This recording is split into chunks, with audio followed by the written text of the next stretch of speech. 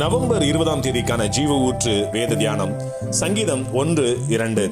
கர்த்தருடைய வேதத்தில் பிரியமாயிருந்து இரவும் பகலும் அவருடைய வேதத்தில் தியானமாயிருக்கிற மனுஷன் பாக்கியவான் என்பதே. இந்த உலகத்திற்குரியவைகளில் பிரியம் வைக்கிற போது ஒருவேளை அவைகள் நம்மை வஞ்சிக்கலாம். காணல் நீர் போல அதன் பின்னால் நம்மை தொடர செய்து கடைசி வரை கிடைக்காமலே கூட போகலாம். இப்படிப்பட்ட ஏமாற்றங்களை தாங்கிக் கொள்ள முடியாமல் சிலர் தங்கள் வாழ்க்கையே முடித்துக் கொள்கிற அவல நிலையையும் பார்க்கிறோம். உலக பிரியர்கள் என்றால் பண பிரியர்களாக இருக்கலாம், பொருட்பிரியர்களாக இருக்கலாம், சிற்றின்ப பிரியர்களாக இருக்கலாம். இது எதுவுமே மனிதர்களை திருப்திப்படுத்தவே முடியாது.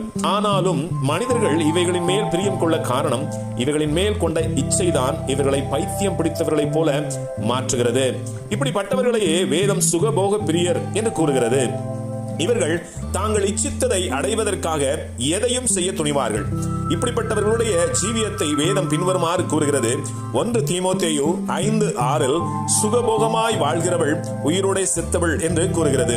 சுகபோக பிரியராய் வாழ்கிற யாவரும் உயிரோடே செத்தவர்களாக வாழ்கிறார்கள். ஆவிக்குரியவைகளில் பிரியமாய் வாழ்கிறவர்கள் யாரோ அவர்களையே கர்த்தர் ஜீவன் உள்ளவர்களாக பாக்கியவான்களாக காண்கிறார். நாம் இந்த உலகில் நமக்கு பிரியமானவைகளை அல்ல, கர்த்தருக்கு பிரியமானவைகளையே நாடுவோம். சங்கீதம் 147:11 தமக்கு பயந்து தமது கிருபைக்கு காத்திருக்கிறவர்கள் மேல் கர்த்தர் பிரியமாயிருக்கிறார் என்று வேதம் கூறுகிறது. ஆம், கர்த்தருக்கு பிரியமானதை தேடுகிற நம்மை தேவன் ஒருபோதும் வஞ்சிப்பதும் இல்லை, ஏமாற்றுவதும் இல்லை. ஏனென்றால் அவர் பொய்யுரையாத தேவன். ஆமேன். அல்லேலூயா.